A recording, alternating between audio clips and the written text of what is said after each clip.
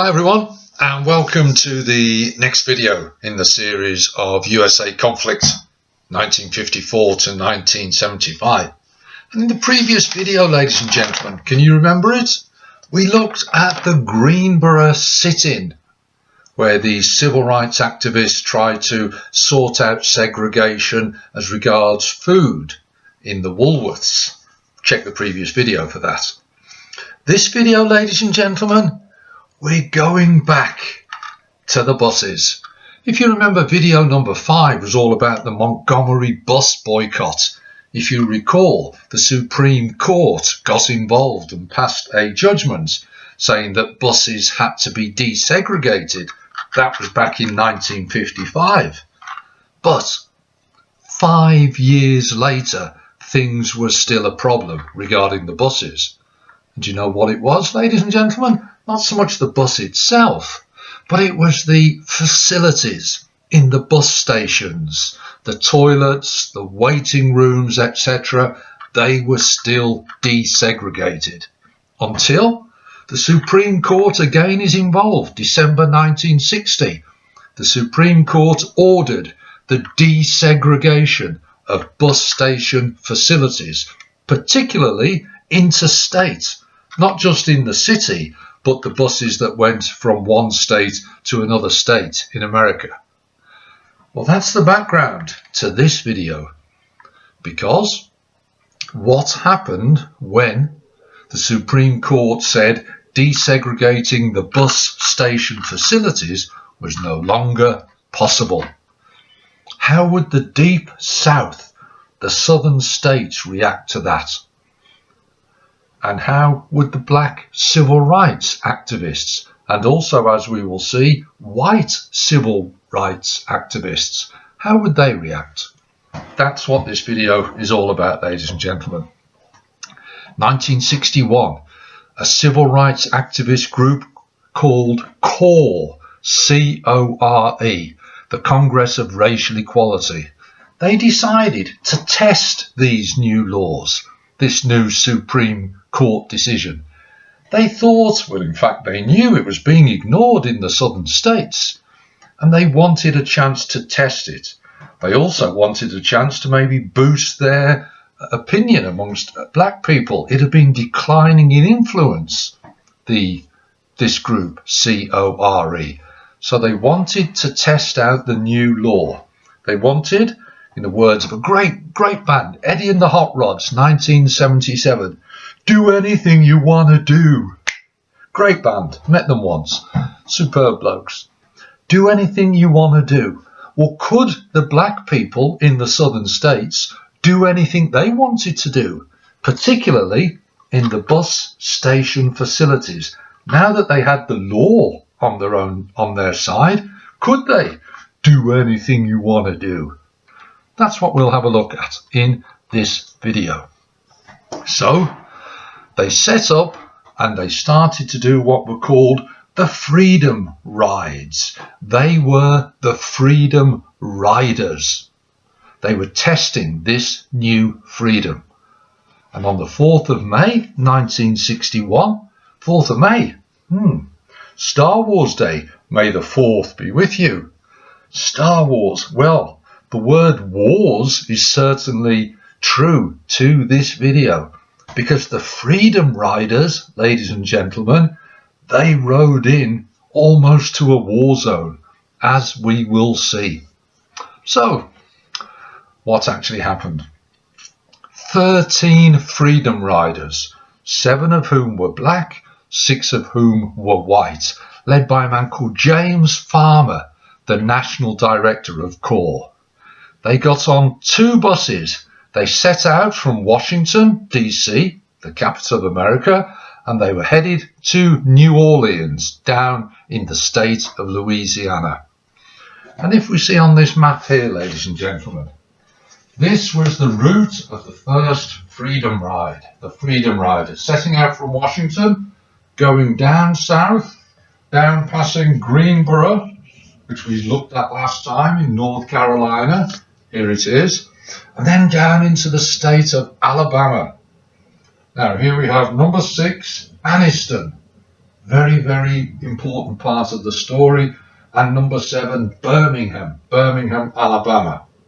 And then down towards Montgomery, Alabama, and on towards Jackson in the state of Mississippi.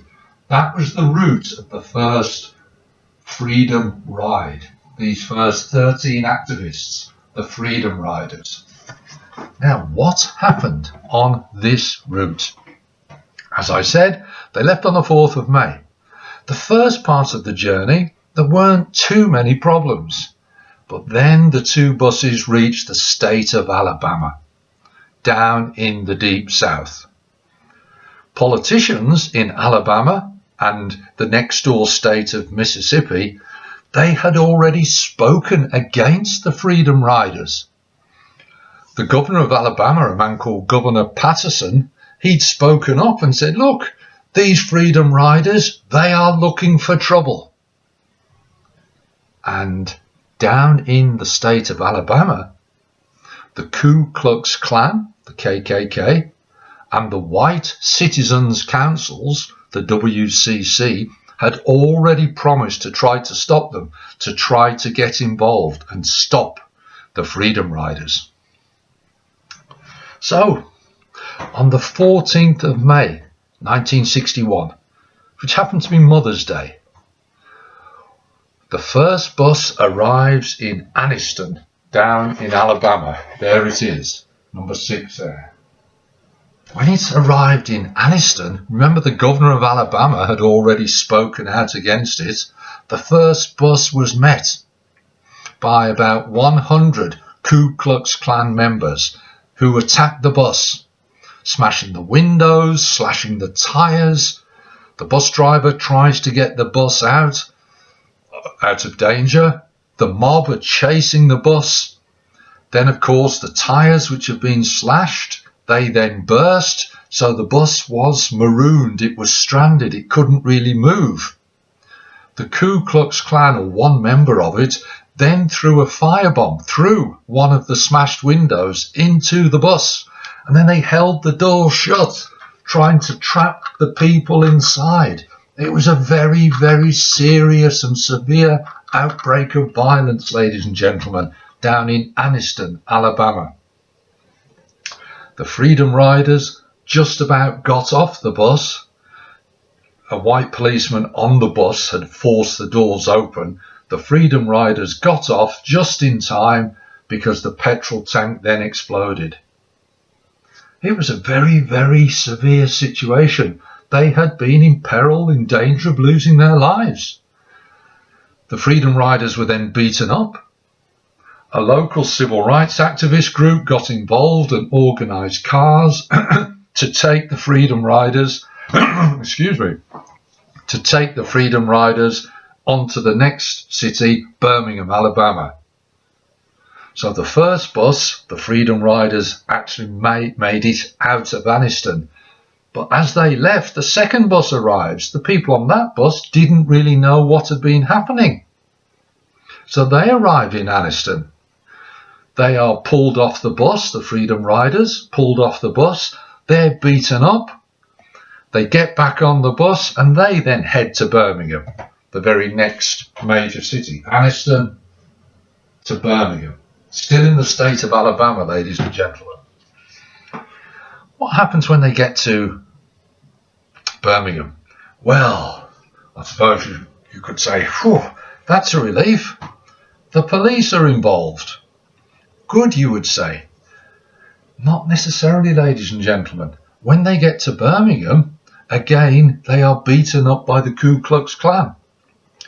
The Birmingham chief of police down in the state of Alabama, a man called Eugene Connor, nicknamed Bull.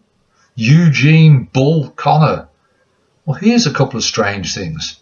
First of all, he'd given a lot of police the day off, even though he knew the buses were coming. And then he told the rest of the police not to get involved and not to stop the Ku Klux Klan from attacking the Freedom Riders. What does that tell you about the police down in Alabama, ladies and gentlemen? Was he doing his job? Keeping the peace? Or was he sympathetic to the Ku Klux Klan? down in Alabama. Well, of course, there's press coverage of all this violence. It was a bit of a massive embarrassment to the federal government, to the United States government. The new president, a man called John Fitzgerald Kennedy, President Kennedy, sometimes known as JFK, he had to get involved.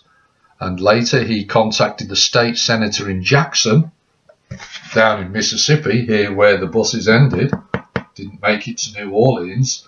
President Kennedy contacts the state senator in Jackson and said, look, you've got to promise their security and their safety. The president is beginning to get involved. As we'll see, when the Freedom Riders got to Jackson, they were arrested because the black Freedom Riders went and used the white-only waiting room, and so they were arrested. So the first Freedom Rides, ladies and gentlemen, were aimed to try to test this new Supreme Court law, and they showed that the law was not being followed, and they faced quite horrendous violence. Well, what do you think happened next? That was it? Just the one journey, the two buses, the two coaches? What do you think? No. Other freedom rides occurred, ladies and gentlemen.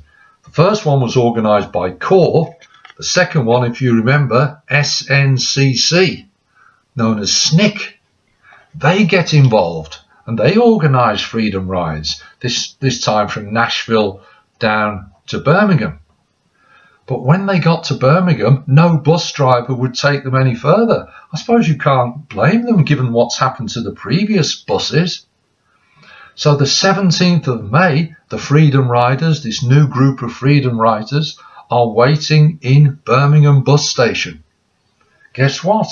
They are attacked by an angry mob. The angry mob is outside.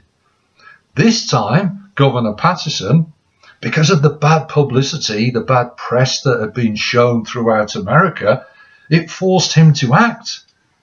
And this time, he has to send in the police.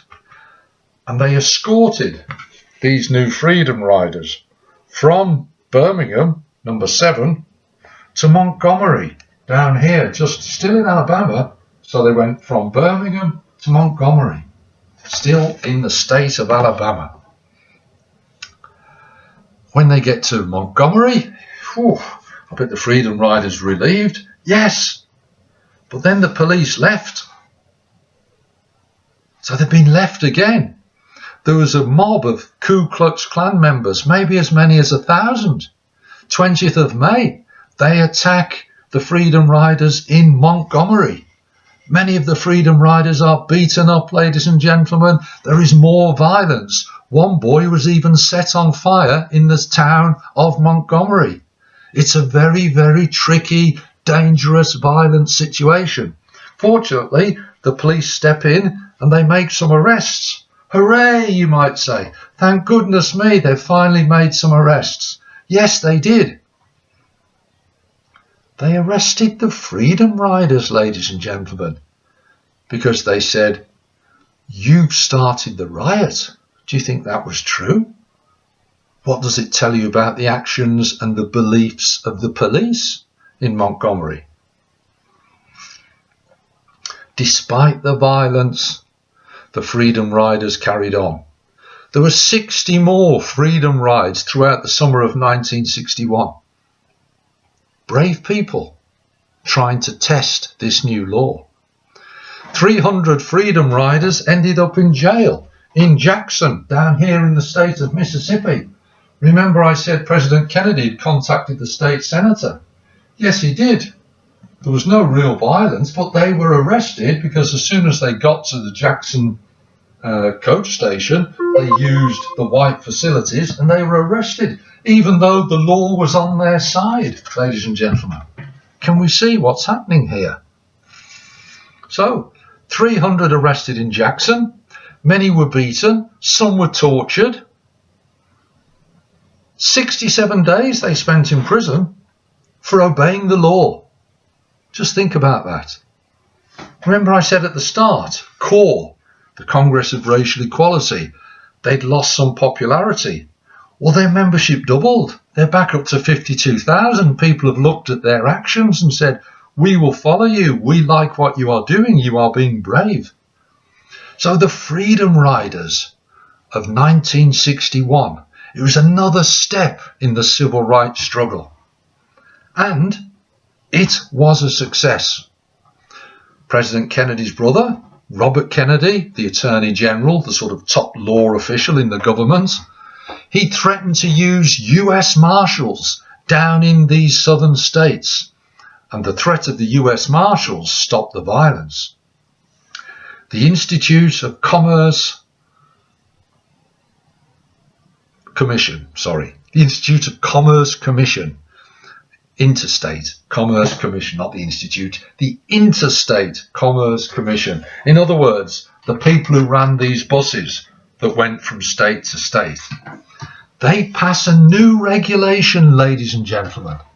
And this new regulation is sort of basically threatening to ban the bus companies, so they will lose money if they continue to have anything to do with the facilities that are, and I'm quoting here from the regulation, based on separation on the basis of race, colour, creed or national origin. In other words, the companies now had to allow desegregation in their facilities in the bus stations. The law had been used with the threat of losing money and the threat of the US Marshals. So the Freedom Riders, yes, they paid a heavy price because a lot of them suffered terrible violence, but they succeeded. They'd shown, in the words of Eddie and the Hot Rods, do anything you want to do. Well, they could do it. They did do it. They were allowed to use all of the facilities. Why was their effort so successful? What do you think? Well, they'd been very, very brave. They'd used non-violence in the face of terrible violence. The publicity that they got shown across America, it persuaded many, many white Americans that they had a just cause. In other words, it shows the hypocrisy of America. At the time, 1961, it's right at the height of the Cold War. USA versus USSR, America versus Russia, the free world against the communist world. That was the Cold War. And America was claiming to be a champion of the free world, a champion of democracy. And yet, people were beginning to see the contradiction. People were beginning to see the hypocrisy. How can America claim to be the champion of freedom when it's treating its black citizens in such an obviously dreadful and non-free way? Can you see what's happened? The publicity of the Freedom Riders is beginning to get the message of civil rights across America. It was spreading. So it was another step in their struggle. We've looked at education, we've looked at the food areas, we've looked at transport. What would the next step be for the civil rights activists? Where would they turn their attention next? The answer, of course, is in the next video. As ever, I hope it's been useful to you, showing what the Freedom Riders did and why it was so significant and important in their struggle for equality. Hope you've enjoyed it. See you soon with the next video. All the best now.